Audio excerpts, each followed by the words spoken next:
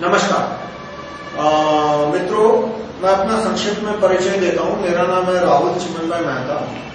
मैंने आईआईटी दिल्ली से 1990 में कंप्यूटर साइंस में बीटेक समाप्त किया और उसके बाद मैंने new Jersey state university, Rutgers university में कंप्यूटर साइंस में मास्टर्स किया। मैं सॉफ्टवेयर डेवलपर हूं और यूएस में मैंने 9 साल काम किया एज ए सॉफ्टवेयर डेवलपर। 1999 मार्च 1999 में मैं वापस आ गया और यहाँ पे भी मैं सॉफ्टवेयर डेवलपमेंट का काम करता हूँ। और मेरा दूसरा काम है, मैं राइट टू रिकॉल के कानूनों का प्रचार करता हूँ।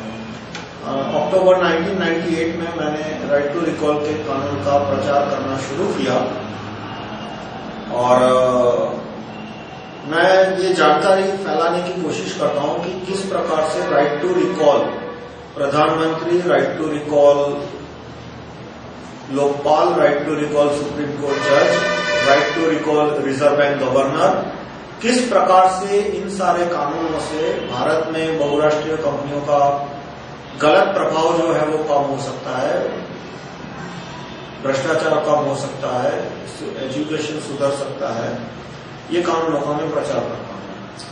अब आज का विषय है, इस वीडियो टेप का विषय है transaction tax, income tax, wealth tax के बारे में, यानी टैक्सेशन के ऊपर।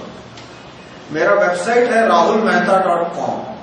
उस पर मैंने बहुत सारे आर्टिकल्स डाले हैं। इसमें एक रेफरेंस मटेरियल है rahulmehta.com/301.htm। मैं फिर से दोहराता हूं,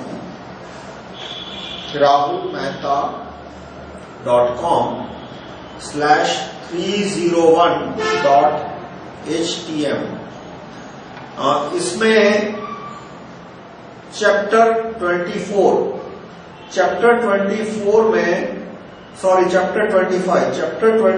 में मैंने टैक्सेशन के ऊपर लिखा है, वेल्थ टैक्स, इनहेरिटेंस टैक्स और सर्विस टैक्स, इन सब के बारे में, और क्या होना चाहिए, क्या है और क्या होना चाहिए।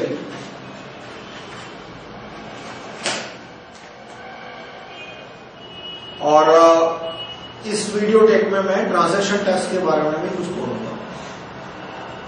तो जब टैक्स की बात आती है तो सबसे पहले हम कंप्लेंट करते हैं कि ये टैक्स बहुत ज्यादा है, टैक्स कम होना चाहिए, ऐसा नहीं कर सकता, ऐसा नहीं करना चाहिए। ये देखना चाहिए कि कौन से खर्चे गलत है। सरकार के जितने भी खर्चे हैं, आप फाइनेंस मिनिस्ट्री के वेबसाइट पे जाओगे तो पूरा बजट आपको मिल जाएगा, पीडीएफ डाउनलोड कर सकते हो। उसमें एक एक डिपार्टमेंट का लिस्ट होता है, डिपार्टमेंट का खर्चा होता है। आप ये तय कीजिए कि कौन कौन से खर्चे गलत है। 2 प्रकार के खर्चे होते हैं, कैश खर्चा जो कि दिखता है, बुक्स पे होता है, और दूसरा होता है जमीन का अपव्यय जो कि दिखता नहीं है और वो भी उतना ही बड़ा खर्चा होता है, भले वो अकाउंट्स पे ना आता हो, बुक्स पे ना आता हो, लेकिन जमीन का खर्चा भी एक इम्पोर्टेंट चीज होती है। जैसे कि राष्ट्रपति भवन है, अब इतनी सारी जमीन एक आदमी ने रोक के रखी है, काम क्या करता है, ठप्पे मारने के सिवा कुछ नहीं। तो ये जमीन का अपव्यय हुआ। साथ में 100-200 करोड़ का खर्चा भी होता है। राष्ट्रपति का बजट है वो 100 करोड़ 150 करोड़ से ज्यादा है। दूसरा, आप देखो कि इतने सारे मिनिस्टर है, सबको बंगले दे रखे हैं। अब हर एक मिनिस्टर को बंगले देने की जरूरत नहीं है, कुछ कुछ मिनिस्टर पे सिक्योरिटी रिस्क है। जैसे मुख्यमंत्री है, होम मिनिस्टर है, रेवेन्यू मिनिस्टर है, फाइनेंस मिनिस्टर है, इन पे सिक्योरिटी रिस्क है, उनको बंगले देने चाहिए। लेकिन बाकी जो मिनिस्टर है उनको 4-5 बेडरूम का फ्लैट दे तो बहुत हो गया, उनको बंगले देने की कोई जरूरत नहीं है। फिर सब न्यायाधीशों को बंगले दे के रखे। बंगले क्या, यहाँ अहमदाबाद में तो मैं चीफ जस्टिस पैलेस बोलता हूँ, बंगला नहीं है वो, पैलेस है। मैंने एक बिल्डर दोस्त है, मैंने उनको पूछा कि भाई ये प्लॉट की कीमत कितनी होगी, तो बोला 400 करोड़। मतलब जो उसका प्लॉट इतना बड़ा है कि उसकी कीमत 200-400 करोड़ है। तो इतना बड़े जो मिनिस्टरों को बंगले दिए हैं वो बजट में नहीं आएगा, वो जमीन का अपव्यय है, वो एक प्रकार का खर्चा ही हुआ, वो भी हमें देना चाहिए। तो पहले हम टैक्स को क्रिटिसाइज करें, उससे पहले ये देखें कि कौन कौन से खर्चे फालतू के हैं, कौन कौन से खर्चे निकालने चाहिए, और फिर ये भी कि कौन कौन से खर्चे करने हैं। जैसे बहुत सारे जरूरी खर्चे हैं जो हमें नजीक के भविष्य में करने हैं। जैसे हमारी सेना की संख्या सिर्फ 11 लाख है, हमें सेना की संख्या बढ़ा के 11 लाख से बढ़ा के 40 लाख तक पहुंचानी है, क्योंकि बांग्लादेश, पाकिस्तान, चीन और सऊदी अरेबिया और अमेरिका भी ये सारे हमारे दुश्मन देश है। इनसे जूझने के लिए 10 लाख सैनिक कम पड़े थे। और दूसरा, हमें बड़े पैमाने पे हथियार बनाने की फैक्ट्रियां डालनी है। हमारे देश में अभी AK-47 राइफल मुश्किल से बनती है। AK-100 राइफल इंपोर्ट होती है। बोफोर्स के तोप तो क्या, बोफोर्स के तोप के गोले भी इंपोर्ट होते हैं। कहने के लिए BrahMos missile made in India है। आप विकिपीडिया में देख लीजिए, ब्रह्मोस मिसाइल का जो कोर इंजन है वो मेड इन रशिया है। एक एक चीज मेड इन, कोई मेड इन फ्रांस है, कोई मेड इन रशिया है। देश हथियार बना ही नहीं रहा। तो हमें बड़े पैमाने पे हथियार बनाने की फैक्ट्रियां डालनी है, उसमें खर्चा होगा। फिर देश में अदालतों में 3 करोड़ पेंडिंग केस है। अब आप किसी तरह से भी हिसाब लगा लीजिए, हमें 1 लाख नई अदालतें बनानी पड़ेगी और उसमें ज्यूरी सिस्टम रखना पड़ेगा, क्योंकि यदि जज रखेंगे तो वही भाई भतीजावाद और रिश्वतखोरी की समस्या आएगी। तो 1 लाख अदालतें बनानी है, उसमें ज्यूरी सिस्टम रखना है, तो उसका खर्चा है। फिर नेशनल आईडी सिस्टम। तो इस तरह से सब देखो तो काफी सारे खर्चे हैं जो कि हमें करने पड़ेंगे और उसके लिए टैक्स होना चाहिए। तो खर्चों की बात एक है कि हमें फिजूल के खर्चे, जमीन का अपव्यय और कैश का अपव्यय, ये बंद करना चाहिए। और अब जब टैक्स लेना है तो सबसे पहले टैक्स में हमें देखना है कि किससे टैक्स लेना है, यानी किस व्यक्ति से। तो इसमें 2 प्रकार के मैं वर्गीकरण करूंगा, रिग्रेसिव टैक्स और प्रोग्रेसिव टैक्स, और बीच का जिसे कहते हैं फ्लैट टैक्स। रिग्रेसिव टैक्स क्या होता है, मैं उदाहरण के साथ दूंगा कि मान लो सरकार कहती है कि भाई 1 कप चाय पे 50 पैसा टैक्स, यानी सरकार चाय के कप पे टैक्स नहीं लेती, पर चाय पत्ती पे टैक्स लेती है, चीनी पे टैक्स लेती है। मान लो वो सब जोड़ निकाल के आता है कि 1 कप 5 रुपए का 1 कप चाय है और उसमें 50 पैसा टैक्स है। तो जिस आदमी ने 2 कप चाय पिया उसने टैक्स दिया 1 रुपया। तो ये रिग्रेसिव टैक्स कैसे हुआ कि मान लो एक आदमी दिन के 100 रुपया कमा रहा है और वो 1 चाय पीता है या 2 चाय पीता है, मान लो वो 2 चाय पीता है, तो उसने टैक्स कितना दिया, 1 रुपया। 1 रुपया यानी उसकी इनकम का कितना प्रतिशत हुआ, प्रतिशत, उसकी इनकम का हुआ 1%, यानी 1% पैसा उसने चाय के टैक्स के रूप में सरकार को दिया। अब मान लो कोई आदमी दिन के 200 रुपया कमाता है, तो वो 4 कप चाय तो पीने नहीं वाला, 3 कप पिएगा। कोई मान लो 1000 रुपया कमा रहा है, दिन का 1000 रुपया कमा रहा है, तो वो क्या 20 कप चाय पीने वाला है, तो 20 कप नहीं पिएगा, अधिक से अधिक कितना पिएगा, 4 कप पिएगा। तो उसने कितना टैक्स दिया, 2 रुपया, यानी कितना उसका इनकम का परसेंटेज हुआ, 1000 रुपये का 2 रुपया यानी 0.2%, यानी चाय पे जो टैक्स डाला है वो रिग्रेसिव टैक्स है। इसी तरह से सिनेमा की टिकट पे जो टैक्स है, तो छोटे सिनेमा आज भी जो है उसपे 40% 50% टैक्स है। टिकट की जो प्राइस होती है 50 रुपया, उसमें 20 रुपया जितना टैक्स होता है। और मल्टीप्लेक्स में जाओगे तो 150 रुपए की टिकट होगी, उस पर टैक्स होगा 1 रुपया 2 रुपया। तो वो रिग्रेसिव टैक्स कैसे हुआ कि जो आदमी महीने के 3000 रुपया कमा रहा है वो तो मल्टीप्लेक्स में जा नहीं सकता, वो जाएगा ऐसे सस्ते थिएटर में टिकट ली, 50 रुपए की टिकट ली, उसमें 20 रुपया टैक्स था, तो उसका टैक्स कितना हुआ, 20 रुपया 3000 की कमाई पे, यानी 1% से थोड़ा कम। अब कोई आदमी 25,000 कमा रहा है, वो मल्टीप्लेक्स टैक्स में गया, मल्टीप्लेक्स में उसने 150 की टिकट खरीदी, उस पर टैक्स कितना हुआ, 1 रुपया, तो उसने कितना टैक्स दिया, 25,000 का 1 रुपया, यानी 0.1% से भी कम, 0.2% से भी कम, 0.01% जितना हुआ, उससे भी कम। तो ये सिनेमा पर जो टैक्स है वो रिग्रेसिव टैक्स हुआ। तंबाकू पे टैक्स है, वो भी रिग्रेसिव टैक्स है। हम कहें कि तंबाकू गलत है, इसमें किसी और वीडियो में बोलूंगा कि भाई तंबाकू के टैक्स से प्रजा को नुकसान हो रहा है। वो टैक्स रिग्रेसिव टैक्स क्यों लिया जाता है, ताकि अमीरों का टैक्स बर्डन कम हो, अमीरों का टैक्स बर्डन कम हो, इसलिए रिग्रेसिव टैक्स लिया जाता है। तो तंबाकू का टैक्स रिग्रेसिव कैसे है कि जो आदमी मान लो दिन का 200 रुपया कमाता है, उसने 20 रुपया का तंबाकू खाया और उस पर टैक्स है 50%, यानी 10 रुपया टैक्स में गया, तो 200 रुपये में से 10 रुपया यानी 5% उसकी इनकम का तंबाकू टैक्स के रूप में सरकार हो गया। अब जो आदमी 1000 रुपया कमा रहा है, वो कोई 200 रुपये का तंबाकू तो खाने नहीं वाला, 10 गुना तो खाएगा नहीं, खाएगा तो शायद डबल खाएगा। तो उसने मान लो 10 रुपये का तंबाकू का टैक्स दिया, टोबैको टैक्स, तो उसकी कमाई का 1% हुआ। रिग्रेसिव टैक्स से क्या होता है कि जो गरीब वर्ग है उसकी परचेजिंग कैपेसिटी कम हो जाती है, वो कम वस्तुएं खरीद पाएगा, कपड़ा हो या अगरबत्ती हो या खाना हो या दूध हो या कोई भी वस्तु हो, उसकी खरीदने की कैपेसिटी कम हो जाएगी। दूसरा होता है प्रोग्रेसिव टैक्स, यानी जितनी व्यक्ति की आमदनी ज्यादा उतना टैक्स का प्रतिशत ज्यादा। जैसे इनकम टैक्स में आदमी यदि 5 लाख कमा रहा है तो उस पर टैक्स रेट होता है 20%, और यदि वो 10 लाख कमा रहा होता है तो उस पर टैक्स रेट होता है 30%। इसी तरह से वेल्थ टैक्स है, वो भी प्रोग्रेसिव टैक्स है, या तो फ्लैट टैक्स भी बोल सकते हैं। फ्लैट टैक्स यानी कि आदमी 10 लाख कमाए या 20 लाख कमाए या 50 लाख कमाए, उसकी इनकम का 15%। जैसे हांगकांग में है, हांगकांग में रिलेटिवली फ्लैट टैक्स है, वहां पे 2 ही टैक्स के स्लैब है, 15% और 20%। इसी तरह से वेल्थ टैक्स है, बहुत सारे देशों में फ्लैट टैक्स होता है कि एक लिमिट से नीचे कोई टैक्स नहीं होता, और उसके बाद कितनी भी वेल्थ हो उस पर 1% टैक्स होता है। तो इंडिया के टैक्स है वो काफी रिग्रेसिव है। रिग्रेसिव क्यों है कि जो यहाँ के बुद्धिजीवी वगैरह है, वो बुद्धिजीवी है या कुबुद्धिजीवी, वो दूसरा बात हुई।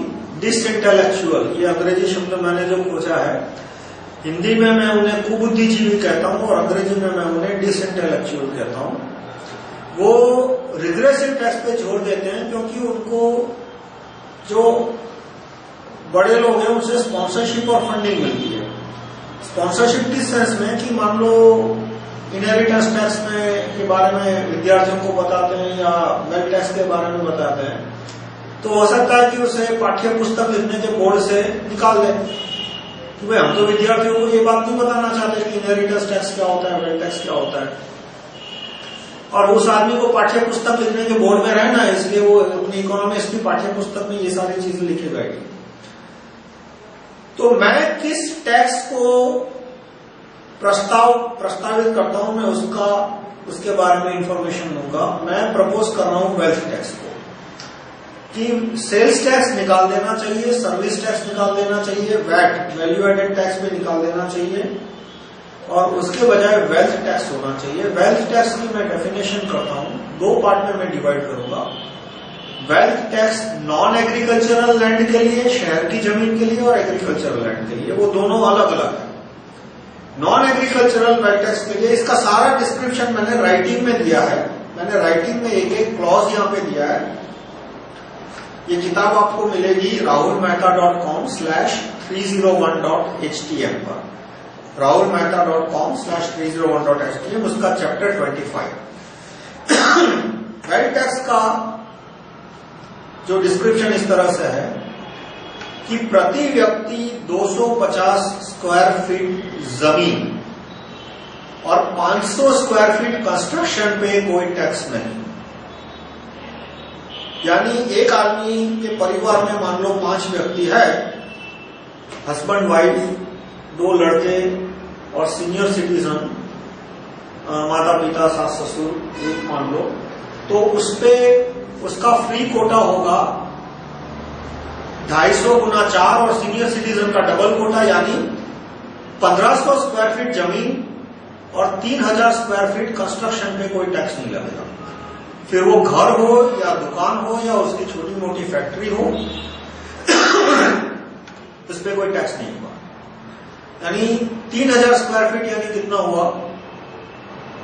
एक 2 बेडरूम का ऑर्डिनरी घर जो होता है वो 1500 स्क्वायर फीट का होता है, और एक छोटी दुकान होती है वो 500 स्क्वायर फीट की, 600 स्क्वायर फीट की होती है। तो इस तरह से आदमी के 2 फ्लैट या 1.5 फ्लैट और एक दुकान पे कोई टैक्स नहीं लगेगा। उसके बाद वेल्थ टैक्स शुरू होता है, वो है मार्केट वैल्यू का 1%। और मार्केट वैल्यू कैसे तय की जाए उसका भी मैंने डिस्क्रिप्शन दिया कि पहले दिन मार्केट वैल्यू क्या होगी? Circle rate. गुजरात में उसे जंतरी कहते हैं, दिल्ली वगैरह एरिया में उसे सर्कल रेट कहते हैं, एरिया का रेट। सरकार हर एक अलग अलग एरिया में भाव तय करती है और वो भाव मार्केट वैल्यू से कम ही होता है। तो सर्कल रेट के हिसाब से 1%। अब सवाल आते हैं कि इस टैक्स से फायदा क्या होगा?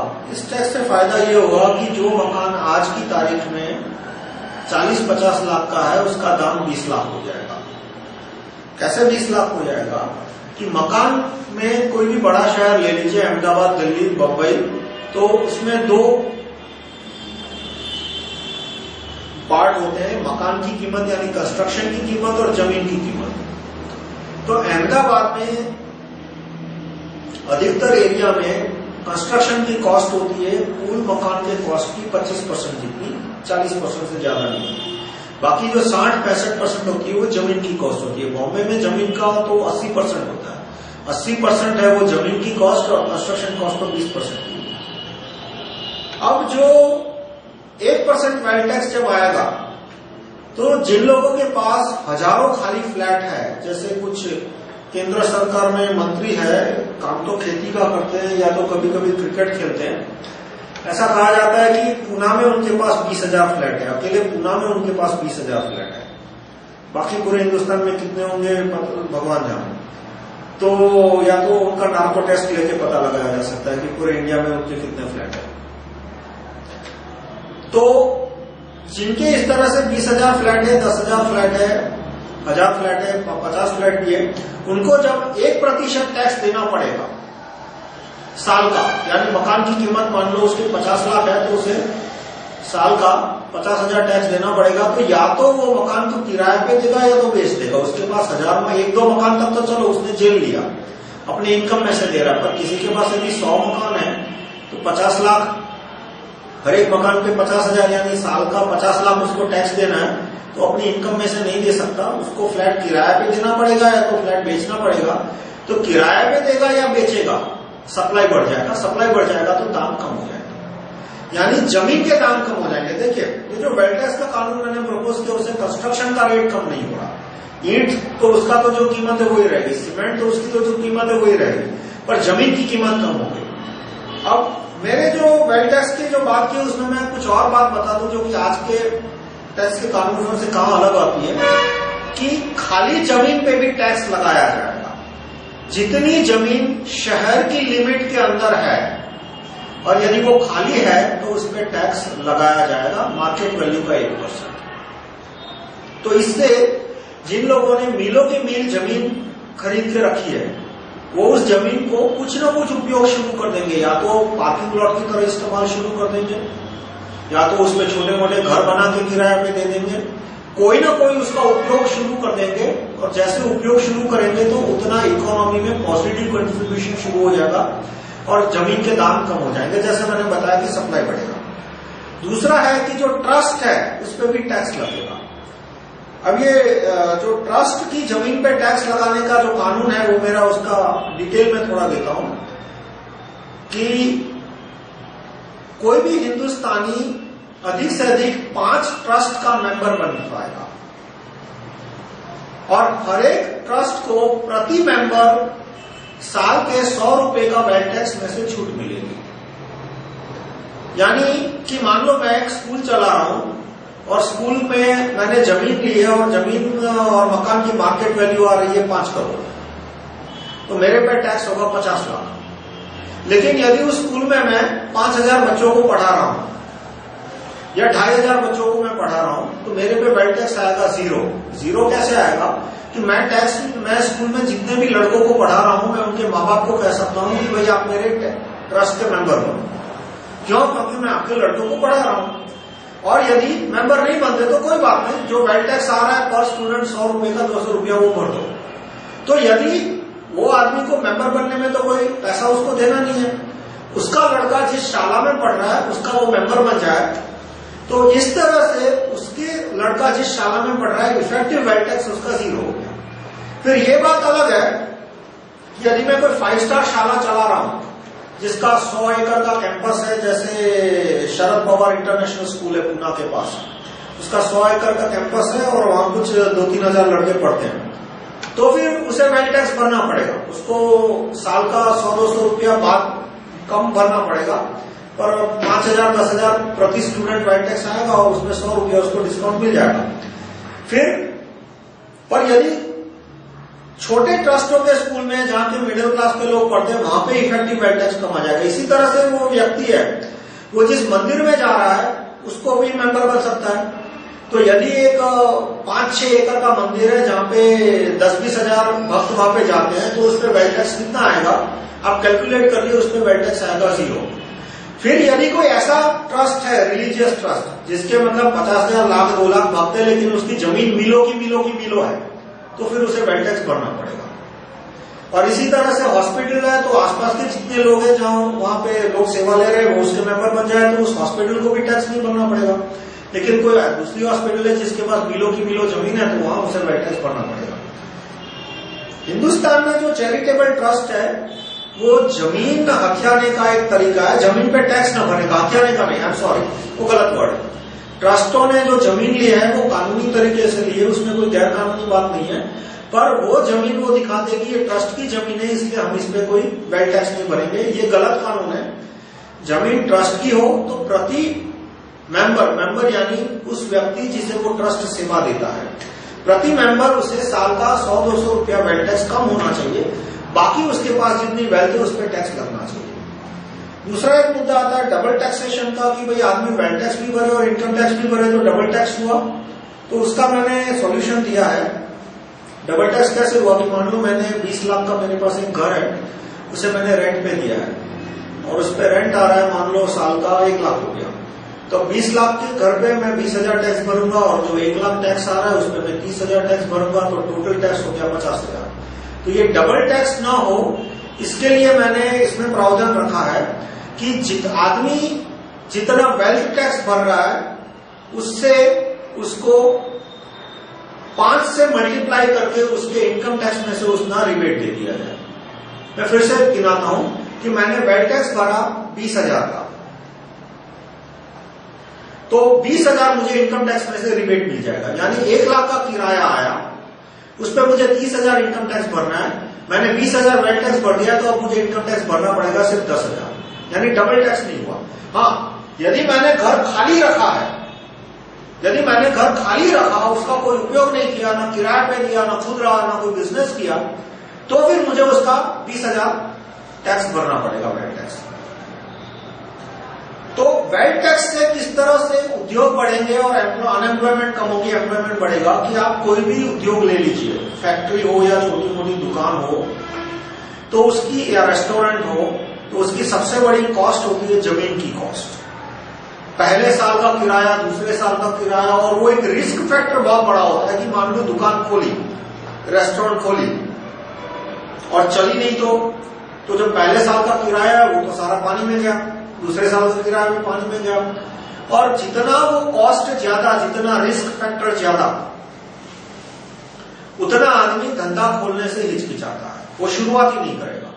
मान लो एक रेस्टोरेंट है जिसमें मेरी एक्सपेक्टेड इनकम है ये साल की 2 लाख और उसका रेंट है साल का 50,000, तो मैं सोचूंगा चलो इनकम नहीं हुई तो नुकसान कितना जाएगा 50,000 का, लेकिन उसका रेंट है मान लो 1 लाख, 1.25 लाख, तो मैं धंधा खोलने से हिचकिचाऊंगा कि भाई इसमें मान लो इनकम नहीं हुई तो मुझे 1.25 लाख का लॉस हो जाएगा।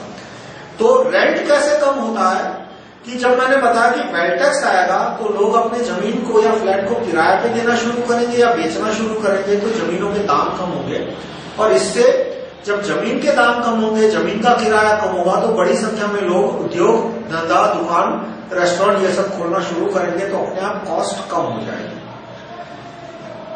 तो ये वेल्थ टैक्स के बारे में। दूसरा टैक्स मैं जो प्रपोज करता हूं वो है इनहेरिटेंस टैक्स। इनहेरिटेंस टैक्स के बारे में भारत के कार्यकर्ताओं को और विद्यार्थियों को बहुत कम जानकारी होगी, क्योंकि हमारे जो अर्थशास्त्र, इकोनॉमिक्स के पाठ्य पुस्तक लिखने वाले हैं उन्होंने ये जानकारी विद्यार्थियों को दी ही नहीं। इनहेरिटेंस टैक्स अमेरिका में 30-40% है, यानी व्यक्ति के मृत्यु के बाद $1 मिलियन तक की संपत्ति पे टैक्स 0 के बराबर है। $1 मिलियन से ज्यादा जितनी संपत्ति है उसका 30-40% हिस्सा सरकार टैक्स के रूप में ले जाती है। और जापान में इनहेरिटेंस टैक्स है कुछ 40-45%, ब्रिटेन में इनहेरिटेंस टैक्स है 40%, स्पेन में इनहेरिटेंस टैक्स है 30-40%, और वहां स्पेन में ये भी एक नियम है, यदि कोई व्यक्ति किसी नॉन रिलेटिव को इनहेरिटेंस देता है, नॉन रिलेटिव यानी कि जो उसका ब्लड रिलेटिव नहीं है, तो इनहेरिटेंस टैक्स हो जाता है 70% तक चला जाता है। जितना रकम ज्यादा उतना टैक्स बढ़ता जाता है। इंडिया में इनहेरिटेंस टैक्स 0% है। मेरी जो दरखास्त है वो इनहेरिटेंस टैक्स 35% यानी इनकम टैक्स यदि 30% है तो इनहेरिटेंस टैक्स भी 30%, इनकम टैक्स 35% है, यानी इनकम टैक्स का जो मार्जिनल रेट है, हाईएस्ट रेट, उसके बराबर इनहेरिटेंस टैक्स।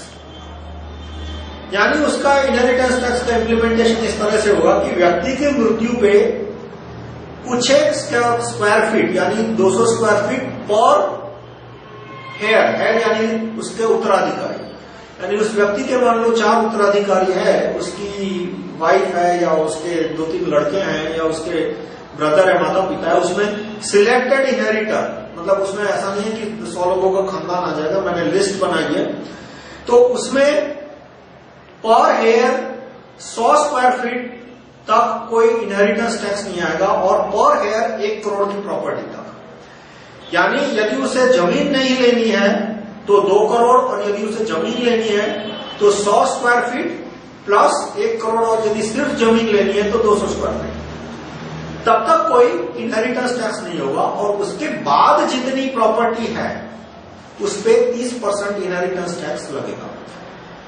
अब इनहेरिटेंस टैक्स की और वेल्थ टैक्स की नैतिकता क्या है? टैक्स में हमेशा नैतिकता आ ही जाती है, क्योंकि बड़े पैमाने पे यदि कोई व्यवस्था चलानी हो और उसमें नैतिकता न हो सर से पांव तक, तो वो व्यवस्था चलती है जब तक चलती है, लेकिन धीरे धीरे वो गिरनी शुरू हो जाती है और एक दिन पूरी खत्म हो जाती है। तो अलग अलग प्रकार के टैक्स रखे जाए तो उसमें से कौन सा नैतिक है और कौन सा अनैतिक को देख लेना चाहिए। प्रॉपर्टी टैक्स को क्यों मैं नैतिक मानता हूं, वेल्थ टैक्स को, कि टैक्स का पैसा खर्च कहां होता है? सेना के लिए, पुलिस के लिए, अदालत के लिए। क्यों खर्च करना पड़ता है? क्योंकि संपत्ति के रक्षा के लिए, संपत्ति की रक्षा करने के लिए पुलिस चाहिए, अदालत चाहिए, सेना चाहिए। यदि सेना नहीं होगी तो जो बंगला है उसमें कोई पाकिस्तानी आके रहेगा या कोई चाइनीज आके रहेगा या कोई अमेरिकन आके रहेगा, यदि सेना नहीं होगी तो सेना का खर्चा किसी न किसी को तो देना है। तो आप एक सादा लॉजिक लगाओ कि एक आदमी के पास 1 लाख की प्रॉपर्टी और दूसरे के पास 10 करोड़ की प्रॉपर्टी है। उसके बंगला है, बंगले में सोना है, चांदी है, गहने हैं, वहां महंगी वस्तु है, और दूसरा कोई झोपड़े में रहता है, उसके पास एल्यूमिनियम के बर्तन है, और पाकिस्तान की सेना आ जाती है तो पहले वो किस आदमी को लूटने जाएगी? वो एल्यूमिनियम के बर्तन लूटने जाएगी या सोने चांदी के गहने लूटने जाएगी? तो जाहिर है कि जो आदमी के पास प्रॉपर्टी ज्यादा है उसके प्रोटेक्शन में डायरेक्ट या इनडायरेक्ट खर्चा ज्यादा होता है। अब ये इसका कोई सबूत कैसे नहीं उपलब्ध कर सकते कि पुलिस, अदालत और सेना की सर्विस पे कोई मीटर नहीं लगा सकते। यदि सारी सेवाओं के यदि कोई मीटर का आविष्कार कर देता है तो ये टैक्स का पूरा झमेला ही खत्म हो जाएगा। जैसे बिजली के लिए हमें टैक्स नहीं लेना पड़ता क्योंकि बिजली के लिए मीटर है, इसलिए पता लग गया कि मैंने इतना यूनिट बिजली ली, आपने इतना यूनिट बिजली ली, मैं इतना पैसा चुकाऊंगा, आप इतना पैसा चुकाओ।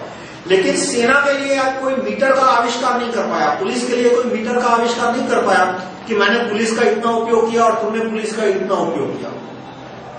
क्योंकि मान लो मैं कहूं कि भाई मान लो मेरे घर चोरी हुई और मैंने पुलिस के वहां एफआईआर दर्ज कराई, पुलिस ने कुछ किया, चोर को पकड़ा, मेरा आधा माल वापस मिला, आपके घर चोरी नहीं हुई और फिर चोर को जेल में भेज दिया।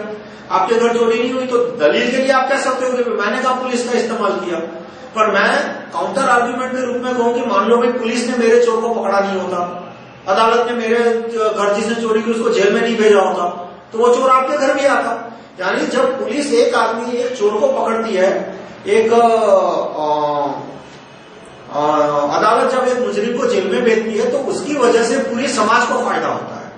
और उसका मीटर कोई ढूंढ नहीं पाया, इसलिए मैं जो मीटर प्रपोज कर रहा हूं वो ये है कि भाई आदमी के पास जितनी ज्यादा दौलत उतना उसने सेना, पुलिस और अदालत का ज्यादा उपयोग किया, और इससे कोई अच्छा मीटर बता सके तो वो मुझे ड्राफ्ट के स्वरूप में दे।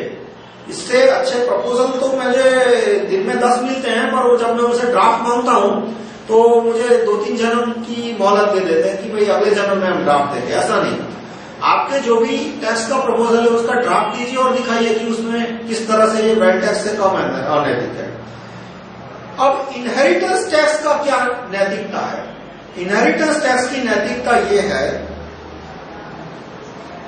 कि वेल्थ टैक्स की सेना, पुलिस, अदालत और वगैरह का खर्चा तय किया और खर्चा आता है कि हर एक आदमी की प्रॉपर्टी का 2% लेना पड़ेगा। तो 2% का खर्चा है वो बहुत सारे उद्योगों को बहुत नुकसान पहुंचा देगा। उद्योगों को वेल्थ टैक्स क्यों कभी कभी प्रॉब्लम बना देता है यदि ज्यादा हो तो, कि उसने फैक्ट्री के लिए जमीन खरीदी, वहां पर उसने कंस्ट्रक्शन किया, अब साल 2 साल में उसको वेल्थ टैक्स भरना है, लेकिन उसका प्रोडक्शन भी 1 साल तक शुरू नहीं हुआ, 2 साल 3 साल तक उसका इन्वेस्टमेंट बाहर नहीं आएगा। तो वेल्थ टैक्स 2% है, वो हो सकता है उद्योगों को बहुत भारी पड़े। इसलिए इनहेरिटेंस टैक्स के पीछे नैतिक विचार क्या है कि आपकी व्यक्ति की मृत्यु हुई, मृत्यु के वक्त उसके पास 100 करोड़ की दौलत थी, तो वो 100 करोड़ की दौलत उसके पास क्यों है? वो 100 करोड़ की दोस्त कोई चाइनीज या पाकिस्तानी या अमेरिकन क्यों छीन के नहीं ले गया? या वो 100 करोड़ की दौलत कोई चोर उचक्का बदमाश क्यों छीन के नहीं ले गया? क्योंकि पुलिस, अदालत और सेना ने उस 100 करोड़ की दौलत की हिफाजत की। यानी कि पूरी जिंदगी उस आदमी ने अपनी मेहनत से दौलत इकट्ठा की, लेकिन पुलिस, सेना ने पूरी जिंदगी उसकी दौलत की हिफाजत की। अब मरने के बाद चार्ज लिया जाता है। तो इनहेरिटेंस टैक्स है वो मृत्यु पश्चात का वेल्थ टैक्स गिना जाता है कि पूरी जिंदगी हमने आपसे आधा पैसा दिया, प्रोटेक्शन का जो खर्चा निकलता था उसका आधा पैसा लिया, और बाकी आधा हम मरने के बाद लेंगे। और वो एक तरह का 100% एथिकल है, क्योंकि पूरी जिंदगी उस व्यक्ति की हिफाजत की गई और उसकी प्रॉपर्टी की हिफाजत की, और मरने के बाद उससे चार्ज लिया जा रहा है। तो बहुत सारे अर्थशास्त्री इनकम टैक्स को वेल्थ टैक्स को डबल टैक्स कहते हैं। वो झूठे हैं, मैं कहूंगा झूठे हैं, बदमाश है, एकदम झूठ, सरासर झूठ बोल रहे हैं। वो झूठी दलील क्या कहते हैं कि देखो आदमी ने इनकम की 1 लाख की, तब आपने 20,000 टैक्स लिया, अब उसने प्रॉपर्टी ली उससे 80,000 की, और हर साल आप उससे 800 रुपया टैक्स ले रहे हो। भाई प्रॉपर्टी उसने इनकम ली और तब टैक्स लिया। अब जब प्रॉपर्टी ली तो हर साल सेना, पुलिस और अदालत का खर्चा आता है। आप बिल्डर से फ्लैट लेते हो 20 लाख में, 25 लाख में, 50 लाख में, तो क्या आप हर साल मेंटेनेंस का पैसा नहीं चुकाते? आप 50 लाख का फ्लैट लेने के बाद ये कहते हो कि अब मैं चौकीदार की सैलरी का पैसा नहीं दूंगा कि मैंने 50 लाख तो बिल्डर को दे दिया। भाई जो तुमने पैसा दिया वो बिल्डर को दिया, अब किसी को पानी का, बिजली का, पानी का और चौकीदार की सैलरी का पैसा देना है, वो हर साल देना होता है। तो इसी तरह से आदमी ने प्रॉपर्टी ली तो प्रॉपर्टी की हिफाजत के लिए जो पैसा देना है, टैक्स देना है, वो हर साल देना पड़ेगा। इसलिए वो डबल टैक्स किसी हालत में नहीं होता। और inheritance tax is a wealth tax taken after death, यानी कि वो एक वेल्थ टैक्स है जो कि मृत्यु के बाद लिया गया है, इसलिए वो किसी तरह से डबल टैक्स नहीं होगा। अब ये लीस्ट रिग्रेसिव टैक्स है। वेल्थ टैक्स और इनहेरिटेंस रिग्रेसिव टैक्स कैसे कैसे लीस्ट रिग्रेसिव टैक्स है कि जिस व्यक्ति के पास मान लो 250 स्क्वायर फीट से कम जमीन है पर फैमिली मेंबर, तो उस पर तो टैक्स कितना आएगा? प्रैक्टिकली 0% कोई टैक्स आएगा ही नहीं। और उसके बाद जिसके पास वेल्थ है उसी पर टैक्स आएगा। तो अब कुछ एक और सवाल आता है कि भाई व्यक्ति के पास मान लो 10 करोड़ की दौलत है, उस पर वेल्थ टैक्स आया 10 लाख, और उस साल उसकी इनकम 10 लाख नहीं हुई तो क्या होगा? तो इसमें मैंने प्रावधान रखा है कि वो टैक्स है वो एक्यूमुलेट होता जाएगा। ऐसा नहीं है कि उससे प्रॉपर्टी छीन ली जाएगी, टैक्स एक्यूमुलेट होता जाएगा। उस पर इंटरेस्ट लगेगा प्राइम रेट प्लस 1%, यानी कि जो बैंक का लोन का रेट है जो कि अभी जैसे 14% है, उससे 1% ज्यादा यानी 15% उस पर टैक्स लगेगा। और वो टैक्स एक्यूमुलेट होता जाएगा और उसे कब भरना पड़ेगा? जब वो प्रॉपर्टी बेची जाती है या उस व्यक्ति की मृत्यु होती है। यानी यहाँ पे किसी को घर खाली करा जाएगा ऐसा मैंने कोई प्रोविजन न रखा है, न रखने की जरूरत है, क्योंकि आज नहीं तो कल प्रॉपर्टी तो भागने नहीं वाली है। आज नहीं तो कल जो अनपेड प्रॉपर्टी टैक्स है वो मिल ही जाएगा। अब दूसरा एक मैं मुद्दा बोलूंगा वो ट्रांजैक्शन टैक्स। अब ये मेरे हिसाब से ट्रांजैक्शन टैक्स मतलब या तो मुझे ये जो ट्रांजैक्शन टैक्स के मानने वाले हैं अर्थ क्रांति वाले लोग, मेरा उनसे पाला सबसे पहले पड़ा था 1993 में। मैंने कार्यकर्ता मिले थे ट्रांजैक्शन टैक्स की बात में, तो मैंने उनसे बोला कि मुझे ड्राफ्ट दो। जैसे इनकम टैक्स एक्ट है तो पूरे 500 पेज का ड्राफ्ट है और उनमें से एक भी पन्ना निकम्मा नहीं है। बोलते हैं कि कॉम्प्लिकेटेड कानून है, उसमें से एक पन्ना फाड़ दो, मैं आपको इंपॉर्टेंट चीज बताऊंगा जो कि रुक जाएगी गाड़ी। तो ट्रांजैक्शन टैक्स का मुझे ड्राफ्ट दो, तो 20 साल हो गए, 20 साल और निकल जाएंगे, वो ड्राफ्ट अभी तक नहीं दे रहे। देंगे कल देंगे, परसों देंगे, अगले जन्म में देंगे, वो ड्राफ्ट नहीं दे रहे। अब बिना ड्राफ्ट की वजह से जो क्वेश्चन आते हैं वो क्वेश्चन का भी सीधा जवाब नहीं देते। एक आदमी कुछ जवाब देता है, दूसरा आदमी कुछ और जवाब देता है। ट्रांजैक्शन टैक्स के विषय में मैंने 10 सवाल रखे, जिसमें से एक सवाल मैंने रखा कि भाई ट्रांजैक्शन टैक्स, मान लो मैं आपको छूट देता हूं कि 1 मार्च 2012 से ट्रांजैक्शन टैक्स लगेगा, तो आप कितना लगाना चाहते हो? आधा %, 1%, 2%? तो उसका उन्होंने जवाब दिया कि शुरुआत हम करेंगे 2% से, बाद में कर देंगे आधा %। चलो मान लिया, शुरुआत 2% से। फिर मैंने दूसरा सवाल पूछा कि ट्रांजैक्शन टैक्स किस पे लगेगा? तो फिर बैंक ट्रांजैक्शन पे। तो फिर बैंक की क्या डेफिनेशन है? तो उनके पास कोई जवाब नहीं है। भाई ये कहने के लिए आसान है बैंक, पर बैंक शब्द कोई ऐसा शब्द नहीं है कि डिक्शनरी से उठा के इस्तेमाल करना शुरू किया। कानून के अंदर बैंक का एक स्पेसिफिक मीनिंग होता है कि जिसने रिजर्व बैंक ने जिसको बैंकिंग का लाइसेंस दिया है उसे बैंक कहते हैं। मैं आज अपने ऑफिस के बाहर नाम डालने के लिए डाल सकता हूं कि बैंक ऑफ राहुल मेहता, पर वो बैंक नहीं हुआ क्योंकि रिजर्व बैंक ने मुझे बैंक का लाइसेंस नहीं दिया। तो अब मैं मान लो वोट डाल देता हूं बैंक ऑफ राहुल मेहता, और आपने मेरे यहाँ 10 लाख रुपए जमा किए, वो कानूनी है, गैर कानूनी नहीं है। मैं बैंक नहीं हूं, पर मैंने चलो नाम नहीं दिया बैंक को, मैंने कहा कि financial institution of Rahul Mehta, FIR नाम दे दिया, financial institution of Rahul Mehta. तो आप मेरे यहाँ 10 लाख रखे गए तो वो कानूनी है। मैंने आपसे चेक से पैसा लिया, रिसीट दी, वो 100% वैधानिक है, कानूनी है। उसके बाद आपने दोस्त ने भी मुझे 20 लाख का डिपॉजिट दिया, वो भी कानूनी है। और एक बार आपने मुझे फोन किया या लेटर लिखा कि भाई मैंने जो 10 लाख दिए थे उनमें से 20,000 रुपया कम करके दोस्त के खाते में डाल देना, तो मैंने आपके खाते में से 20,000 कम करके दोस्त के खाते में डाल दिया, तो ट्रांजैक्शन तो हो गया और वो कानूनी है। उस पर टैक्स लगेगा 2%। अब इसका जवाब नहीं मिल रहा। भाई उस पर क्या, यदि आप कहते हो कि बैंक ट्रांजैक्शन पे टैक्स लगेगा, तो मैं तो बैंक हूं नहीं, मैं तो फाइनेंशियल इंस्टीट्यूशन हूं। तो यदि बैंक पे टैक्स लगेगा और नॉन बैंक पे टैक्स नहीं लगेगा, तो दूसरे दिन होगा क्या? लोग अपने खाते नॉन बैंक में ले जाएंगे, और नॉन बैंक है वो भी तो ट्रांजैक्शन तो कर ही सकता है। तो नॉन बैंक पे ट्रांजैक्शन, यानी पहली बार जब उसने मुझे 20 लाख दिया तब 2% लग गया टैक्स, चलो 2% मिल गया। लेकिन उसके बाद मेरे यहाँ 10-20 हजार लोगों ने खाता खुलाया, non bank institution of Rahul Mehta बोल दो, और उसके बाद जितने पूरे साल में ट्रांजैक्शन लगे उसमें कोई टैक्स नहीं लगना चाहिए क्योंकि मैं तो बैंक हूं नहीं। तो इसका वो ठीक से जवाब नहीं देते कि हर एक ट्रांजैक्शन पर टैक्स लगेगा या सिर्फ बैंक ट्रांजैक्शन पर टैक्स लगेगा। अब हर एक ट्रांजैक्शन पर टैक्स लगेगा तो ये डबल टैक्सेशन, ट्रिपल टैक्सेशन वाले पॉइंट आ गए कि मैंने क्रेडिट कार्ड से मैंने 20,000 की आइटम ली, मान लो 1 लाख की आइटम ली क्रेडिट कार्ड से, तो उस पर 2% टैक्स लगा 2,000 का। अब जब मैं क्रेडिट कार्ड कंपनी को 1 लाख भेजूंगा तभी भी क्या 2% टैक्स लगेगा। और आप सारे ट्रांजैक्शन की गिनती करो तो कितने हुए? क्योंकि मैंने जब क्रेडिट कार्ड कंपनी से जब क्रेडिट कार्ड का इस्तेमाल किया तो क्रेडिट कार्ड कंपनी दुकानदार को 1 लाख देगी तब 2%, मैं जब क्रेडिट कार्ड कंपनी को दूंगा 1 लाख तब 2%, तो यानी कुल मिलाकर क्रेडिट कार्ड कंपनी तो मुझसे 1,04,000 ही मांगेगी। फिर तो ये क्लियर नहीं हो रहा कि टैक्स है वो नॉन बैंकिंग ट्रांजैक्शन पे लगेगा या नहीं।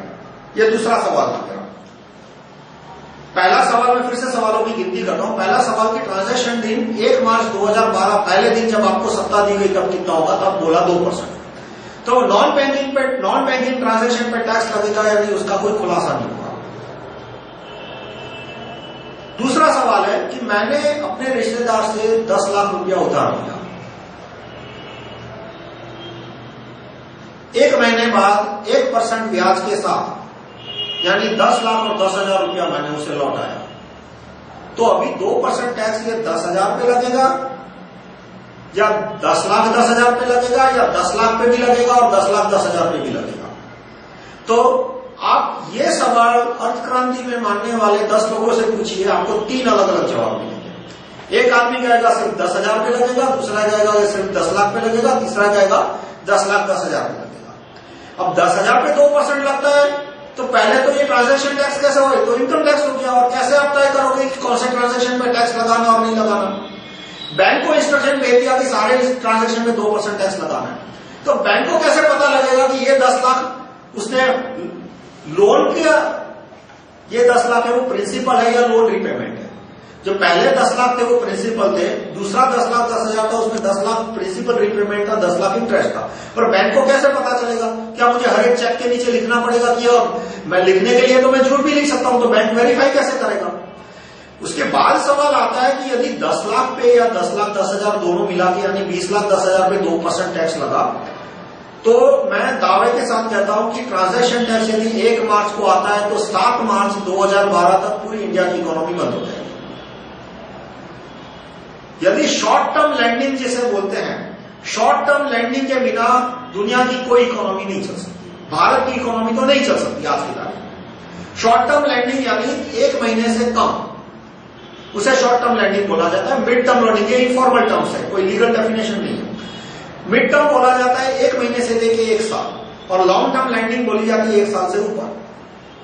तो यदि मैंने 10 लाख मेरे रिश्तेदार से लिए, उसको 10,10,000 लौटा है, और उस पर यदि 4% यानी 40,000 टैक्स भरना हुआ, तो मेरा रिश्तेदार तो यही बोलेगा ना कि भाई आपको 1 महीने के लिए पैसा लेना हो तो 10,000 इंटरेस्ट दे दो और 40,000 टैक्स चुको। यानी मेरे पे शॉर्ट टर्म लैंडिंग का बोझ कितना पड़ा? 5%। यानी यदि शॉर्ट टर्म लैंडिंग का बोझ 5% हो जाता है पर मंथ, तो इकोनॉमी बढ़ जाएगी। और ये तो 1 महीने की बात है।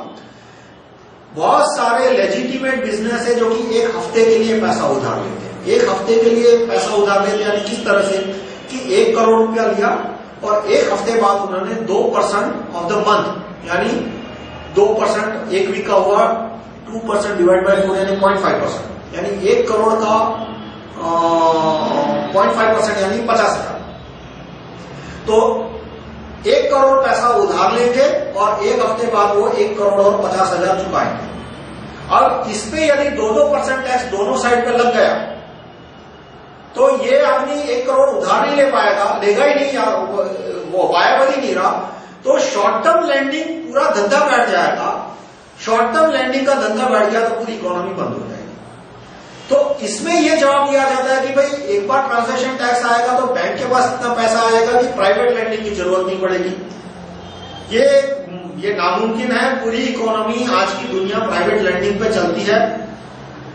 बैंक के पास कितना भी पैसा हो, सवाल है कि कुछ आदमी ऐसे होते हैं कि जिनके वो बैंक लोन के लिए क्वालिफाई नहीं कर पाते।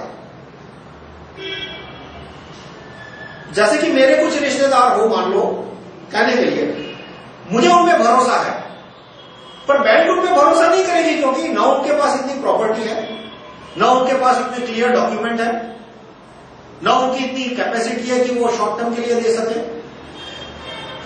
तो बहुत सारे लोग ऐसे हैं बिजनेस में जो कि शॉर्ट टर्म लैंड हो, जो कि बैंक लोन के लिए क्वालिफाई नहीं होते। बैंक लोन के लिए क्वालिफाई नहीं होते, इसलिए उन्हें प्राइवेट लैंडिंग में जाना पड़ता है, और ये बहुत बड़ी आबादी है।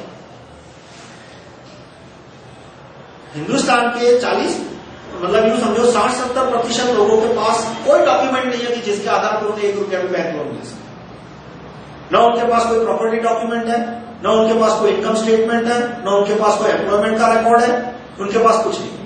वो अपना काम चलाते हैं प्राइवेट लैंडिंग में। प्राइवेट लैंडिंग में इंटरेस्ट होता है महीने का 3% से लेकर 10%।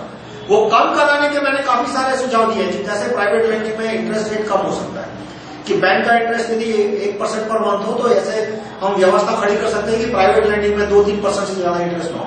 पर यह कहना कि प्राइवेट लैंडिंग के बिना कामकाज चलेगा, वो नामुमकिन है। तो ट्रांजैक्शन टैक्स में एक ये प्रॉब्लम आता है कि भाई क्या private lending short term lending खत्म कर देंगे, इकोनॉमी खत्म हो जाएगी। दूसरा एक जो ट्रांजैक्शन टैक्स का आता है कि टैक्स हो गया 2%। भाई 2% नहीं हुआ, हर एक लेवल पे 2% हुआ, यानी टैक्स फाइनल कॉमोडिटी पे हो सकता है 50% हो जाए। कैसे 50% हो जाए कि एक एग्जांपल देता हूं गेहूं का। किसान ने गेहूं बेचा मंडी में, मंडी वाले ने बेचा शहर की मंडी में, वहां से गया होलसेलर के पास, वहां से गया बेकरी में, बेकरी वाले ने बेचा एक रिटेलर को, वैसे बेकरी वाला भी सीधा ब्रेड का होलसेलर है, उसको ब्रेड बेचता है, ब्रेड के होलसेलर ने बेचा बेकरी को, बेकरी से जाके मैंने या आपने ब्रेड खरीदी, तो कितने लेवल आ गए? मिनिमम 8 लेवल आ गए। गेहूं से लेके ब्रेड के बीच 8 लेवल होते हैं। और उसमें यदि गेहूं कहीं बाहर का हो, अच्छा वाला गेहूं हो, जो कि आपके स्टेट से नहीं आता और किसी और स्टेट से आता है, जैसे बासमती चावल, आप मान लो रहते हो गुजरात में और आप बासमती चावल खा रहे हो, तो बीच में 2 डीलर और आ जाएंगे, होलसेलर और आ जाएंगे। तो इस तरह से ब्रेड जैसी आसान कमोडिटी में भी 8 लेवल होते हैं। आप टेलीविजन या मोटर कार लेंगे, मोटर कार में जो टायर होता है, वो टायर का जो जहां पे रबर का पेड़ होता है, वहां से लेके बैंक जो गाड़ी की फैक्ट्री में टायर जाता है, उसके बीच में मिनिमम 25 लेवल होते हैं। सेमीकंडक्टर चिप, एक कंप्यूटर जो खरीदते हो तो उसमें रेत में से रेत में से सिलिकॉन निकाल के चिप बनता है, और वो जो पूरी प्रोसेस है वहां से लेके कंप्यूटर के बीच में मिनिमम 50 से 100 लोग होते हैं। अभी हरेक लेवल पे यदि 2-2% टैक्स लगने लगा, तो कुछ कुछ कॉमोडिटी में टैक्स है वो उसकी बेस प्राइस से डबल हो जाएगा। मान लो 10 लेवल है तो 20 पर, तो टैक्स है वो बेस प्राइस का 20% हो गया। यदि 50 लेवल है तो टैक्स है वो बेस प्राइस का इक्वल हो गया। ये प्रॉब्लम वैट में नहीं आता। देखो, वैट का कानून अलग है। वैट का कानून क्या कहता है कि मैंने यदि 100 रुपए की चीज खरीदी और मैंने 150 में बेची, तो मुझे सिर्फ 50 रुपए में 12% टैक्स भरना है। और उस आदमी ने 150 की चीज यदि 200 में बेची तो उसे सिर्फ 50 में 12% देना है। वैट का जो नियम है वो बहुत स्पष्ट है। मैं वैट को सपोर्ट नहीं करता, पर कम से कम उस नियम का एक प्लस पॉइंट है कि टोटल टैक्स फाइनल प्राइस का 12% से बढ़ता नहीं, जबकि ट्रांजैक्शन टैक्स में अनलिमिटेड हो गया। यदि 10 लेवल है तो टैक्स हो गया 20%, यदि 50 लेवल है तो टैक्स हो गया 100% का बेस प्राइस का। अब दूसरा जो मुझे सवाल आता है कि भाई इससे तो बड़ी कंपनी को फायदा हो जाएगा कि मान लो ब्रेड से, गेहूं से लेकर ब्रेड में 10 छोटे लोग हैं, तो ट्रांजैक्शन कितने हो गए? 10 ट्रांजैक्शन हो गए, हर एक को 2-2% देना पड़ेगा।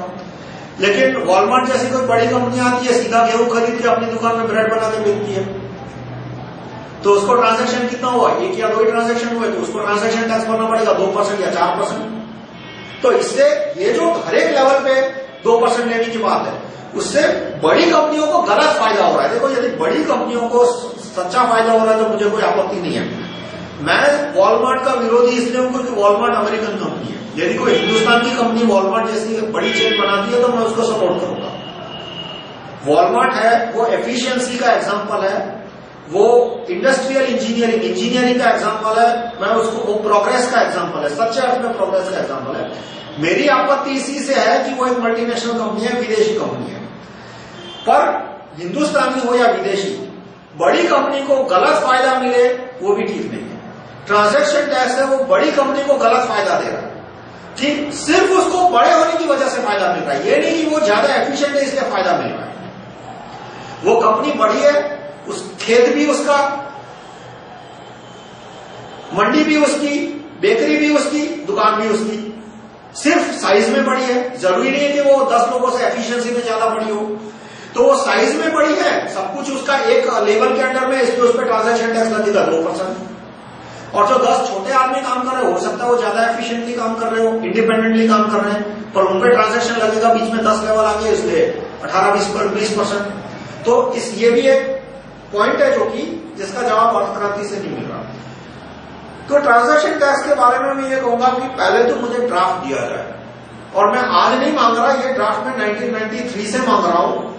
और उसके इंटरनेट पे, फोरम पे भी आप देखो तो फेसबुक कम्युनिटी में मैंने उनसे 1 साल पहले भी ड्राफ्ट मांगा था कि भाई कम से कम ट्रांजैक्शन टैक्स का आप तो ड्राफ्ट दो, जब आप पूरे देश में लागू करने की बात कर रहे हो। दूसरा, शॉर्ट टर्म लैंडिंग पे वो ठीक से जवाब नहीं दे रहे। शॉर्ट टर्म लैंडिंग बंद हो गई तो इकोनॉमी बढ़ जाएगी। तो ये सब मिला के मेरा मानना यह है कि मैं क्यों ट्रांजैक्शन टैक्स से ज्यादा चिंतित नहीं हूं कि यदि ट्रांजैक्शन टैक्स आया तो 1 महीने में इकोनॉमी बंद हो जाएगी, तो 1 महीने में ट्रांजैक्शन निकल जाएगा, ट्रांजैक्शन टैक्स निकल जाएगा। तो ये आएगा और हवा के झोंके की तरह, तूफान की तरह थोड़ा बहुत खलबली बचाएगा और फिर चला जाएगा। इसमें कुछ ज्यादा नुकसान नहीं है, 1-8 महीने में जो नुकसान होगा वही भुगतना पड़ेगा। और यदि उससे पहले ही वो डिटेल दे देते हैं तो डिटेल देखने के बाद लोग कहेंगे कि भाई ये टैक्स हमें मंजूर नहीं है, इससे तो वेल्थ टैक्स अच्छा, इनहेरिटेंस टैक्स अच्छा। तो मैं कार्यकर्ता हूं, तो आप सब कार्यकर्ताओं से विनती करूंगा कि आप वेल्थ टैक्स का कंपैरिजन कीजिए, वेल्थ टैक्स और इनहेरिटेंस टैक्स का कंपैरिजन कीजिए सेल्स टैक्स के साथ, वैट के साथ और ट्रांजैक्शन टैक्स के साथ, और देखो कि इसमें सबसे कम दिक्कत किसमें आती है। दूसरा, जो ट्रांजैक्शन टैक्स के साथ कुछ जुड़ के दलील है, थोड़ी अलग दलील है कि हम बड़े नोट को बंद कर देंगे, बड़े नोट को बंद कर देंगे, इसमें ब्लैक मनी बंद हो जाएगा, ब्लैक ट्रांजैक्शन बंद हो जाएंगे। ऐसा कुछ नहीं होता। रूस में 1995, 1998 की बात कर रहा हूं कि वहां पे सरकार ने जानबूझ के बड़े नोट नहीं छापे, तो क्या परिणाम हुआ, लोगों ने डॉलर में ट्रांजैक्शन करने शुरू कर दिए। पूरी सोसाइटी, वहां पे गाड़ियां भी डॉलर में बिकने लगी थी। ये हालत हो गई थी 1990s में रशिया में। तो सरकार यदि मान लो 500,000 के नोट बंद कर देती है, मैं इसको सपोर्ट करता हूं क्योंकि उससे आतंकवाद कम हो जाएगा, पर यह नहीं है कि उससे ब्लैक मनी कम हो जाएगा। ये वेल्थ टैक्स का कानून है, वो ब्लैक मनी कम कर देगा। और अंत में मैं दूसरा कानून बताऊंगा, वो है land appraisal at the time of sale. थोड़ा डिटेल करता हूं कि एक आदमी दूसरे आदमी को यदि 1 करोड़ में जमीन बेचता है तो वो ट्रांजैक्शन इंटरनेट पे आना चाहिए, और 15 दिन के अंदर वो कोई भी आदमी यदि सरकार को जाके 1 करोड़ 25 लाख देता है, 25% ज्यादा, तो खरीदने वाले का, क्योंकि अभी प्रॉपर्टी उसकी नहीं होती है, खरीदने वाला सरकार उसको 1 करोड़ 20 लाख दे दे, यानी 20% ज्यादा, और तीसरे व्यक्ति को जमीन दे दे, यानी उस व्यक्ति को तो फायदा हो गया, 15 दिन के अंदर उसको 20% एडवांटेज मिल गया। तो ये जब कानून आएगा तो अपने आप लैंड के डील में ब्लैक मनी खत्म हो जाएगा। क्यों? क्योंकि मान लो 10 करोड़ जमीन है और मैं किसी को बोलता हूं कि मैं 5 करोड़ चेक दूंगा, 5 करोड़ कैश दूंगा, तो होगा क्या कि दूसरे दिन आके वो तो आदमी कैश लेकर चला जाएगा, चेक ले लेगा 5 करोड़ का, 5 करोड़ का कैश ले लेगा। दूसरे दिन आदमी, सरकार मेरे को 6 करोड़ का चेक देके जाएगी कि आप ये जमीन, ये 6 करोड़ का चेक रखो और जमीन हम किसी और को बेच देते हैं। तो इसको एप्रेस सेल बोलते हैं। फ्रांस में ये कानून है। फ्रांस में कोई भी आदमी जमीन बेचता है तो 15 दिन के ड्यूरेशन में तीसरा आदमी आके जमीन खरीद सकता है। ये आने के बाद अपने आप ब्लैक मनी का रोल है वो कम हो जाएगा। तो ये सारे मेरे प्रपोजल है। इसका डिटेल मैंने 301.htm में दिया है, rahulmehta.com/301.htm।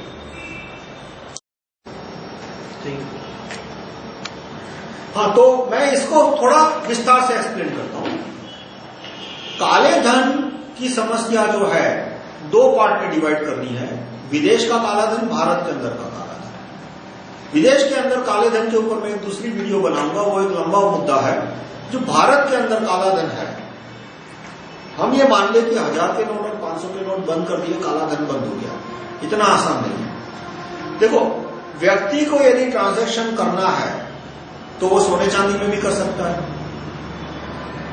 सोने को बाद में रुपये में कन्वर्ट करने की जरूरत ही नहीं पड़ेगी, सोना ही घूमता रहेगा। जैसे आजकल जमीन का डील होता है, उसमें क्या होता है, हजार के बंडल जो होते हैं वो बंडल ही घूमते रहते हैं। वो बंडल में से न कभी एक नोट बैंक जाता है, न कभी एक नोट वापस आता है। वो 1000 के नोट है, वो 500 के नोट भी कन्वर्ट कराने की जरूरत नहीं पड़ती। आदमी ने 1 करोड़ की जमीन खरीदी, 50 लाख चेक दिया, 50 लाख उसने हजार के बंडल दिए। जिस आदमी ने खरीदी वो भी उससे अधिकतर केस में जमीन खरीदता है। बहुत कम केस में उन्हें बैंक से डील करने की जरूरत पड़ती है, वो घूमता रहता है। सोने से क्या होगा, आप 10 ग्राम का सोना है, आज उसकी कीमत मान लो, आज उसकी कीमत है 25-30 हजार, 1 तोला सोना। तो एक 10,000 का जो बंडल है, ऐसे 3 बंडल और 10 ग्राम का सोना, तो 10 ग्राम के सोने के वजन कम हुआ, रखने में भी ज्यादा आसान हुआ। नकली सोना, तो आजकल ऐसे मशीन भी आते हैं जिससे सोने की चेकिंग हो सके, और वो 1000 के नोट की चेकिंग से ज्यादा आसान है, चाहे उसकी चेकिंग करना कि भाई ये सोना असली है या नकली। तो इस तरह से लोग सोने में और चांदी में डीलिंग कर सकते हैं। और दूसरा जो अधिकतर करप्शन होता है वो व्हाइट में होता है।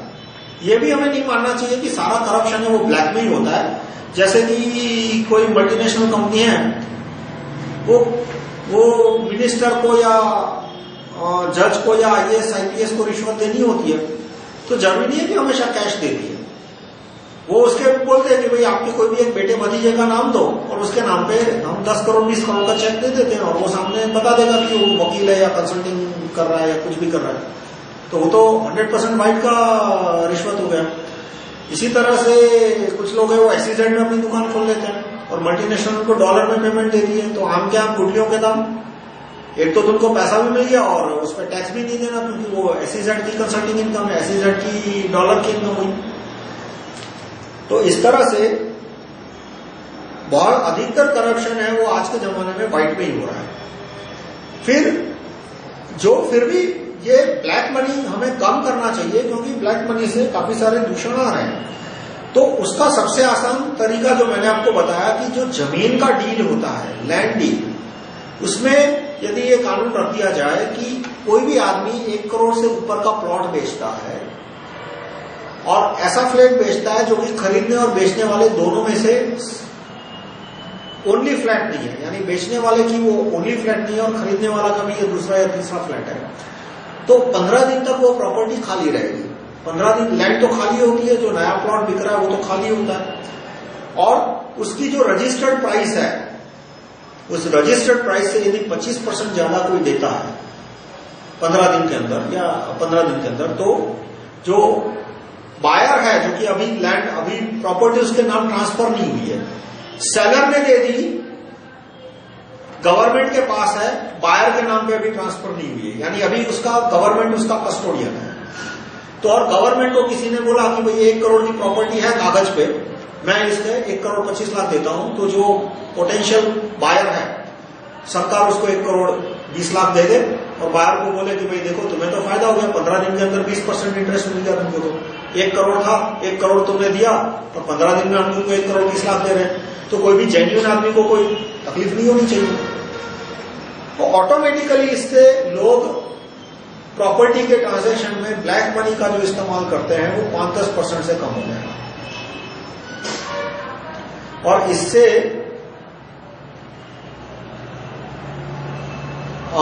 ब्लैक मनी की डिमांड कैसे कम हो जाएगी कि जब ब्लैक मनी का उपयोग कम हो जाएगा। मेरे पास ब्लैक मनी है पर मैं करूंगा क्या उससे, करूंगा क्या? नहीं, ब्लैक मनी का सबसे बड़ा उपयोग कहां होता है? जमीन की खरीदारी में। और यदि मैं ब्लैक मनी से जमीन नहीं खरीद सकता तो फिर मैं ब्लैक मनी का करूंगा क्या? जब ब्लैक मनी मेरे किसी काम का नहीं रहा तो फिर मैं इकट्ठा करना कम कर दूंगा और मैं अपना टैक्स भरना शुरू कर दूंगा।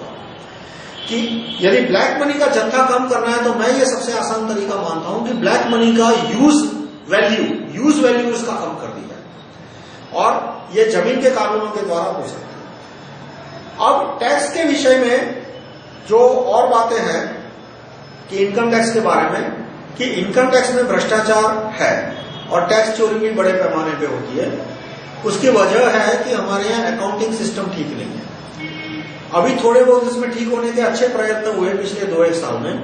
जैसे अमेरिका में एक कानून करीब 1930-1940 से है कि मैं यदि अपने एम्प्लॉयर को 1 लाख की सैलरी देता हूं तो मुझे इनकम टैक्स वाले को बताना पड़ता है मेरे एम्प्लॉयर के पैन आईडी के साथ कि मैंने इसको 1 लाख की सैलरी दी। इंडिया में ये कानून धीरे धीरे आ रहा है, पर अभी भी इसमें काफी लूपहोल है कि यदि मैंने अपने एम्प्लॉयर को 1 लाख से कम सैलरी दी तो मुझे उसका पैन आईडी देना कंपलसरी नहीं है, वो कंपलसरी कर देना चाहिए। और उसके लिए ज्यादा पेपर वर्क की भी जरूरत नहीं है, वो बैंक के द्वारा किया जा सकता है। बैंक के द्वारा यानी मैं किसी व्यक्ति को सैलरी देता हूं, थ्रू बैंक देता हूं, तो मुझे इनकम टैक्स वाले को कोई रिपोर्टिंग नहीं करनी पड़ेगी। अपने आप बैंक का कंप्यूटर है, वो इनकम टैक्स के कंप्यूटर में रिपोर्टिंग कर देगा कि मैंने इस आदमी को इतना सैलरी दी। तो फिर यहाँ पे इनकम टैक्स के रेट में बहुत वेरिएशन है, 10% से लेकर 10% से लेकर 30%, 0%, 2 लाख से नीचे तो 0%, यानी 0% से नीचे 30%। वो वेरिएशन कम कर देना चाहिए। कैसे कम कर सकते हैं? जो मैंने कानून प्रपोज किया है कि जो 2 लाख से नीचे जिसकी इनकम है उस पे टैक्स 0%, पर कंपलसरी सेविंग्स 30%। देखो ये कानून अमानवीय नहीं है, क्योंकि कंपलसरी सेविंग्स यानी उसी के खाते में पैसा जा रहा है जो कि उसको 10 साल के बाद मिलेगा इंटरेस्ट के साथ। या तो उसकी मृत्यु हो जाती है तो फैमिली को उसको हेल्थ इंश्योरेंस, लाइफ इंश्योरेंस के साथ, यानी जितना पैसा हुआ है उसका डबल उसके फैमिली को मिलेगा। तो और कंपलसरी सेविंग्स एक तरीके से जरूरी भी है। क्यों जरूरी है कि जैसे जैसे इकोनॉमी बढ़ेगी ये समस्या आती जाएगी कि एक व्यक्ति को आज बहुत अच्छी नौकरी मिली लेकिन उसकी कंपनी का धंधा बंद हो गया, उसको नौकरी से छोड़ दिया गया, अब उसको दूसरी नौकरी मिलेगी पर 1-2 महीने उसके पास कोई नौकरी नहीं, तो तब उसे ये कंपलसरी सेविंग्स में से वो लोन ले सकता है। और बहुत सारे फैक्टर है जिसके द्वारा कंपलसरी सेविंग्स है वो सोशली डिजायरेबल है।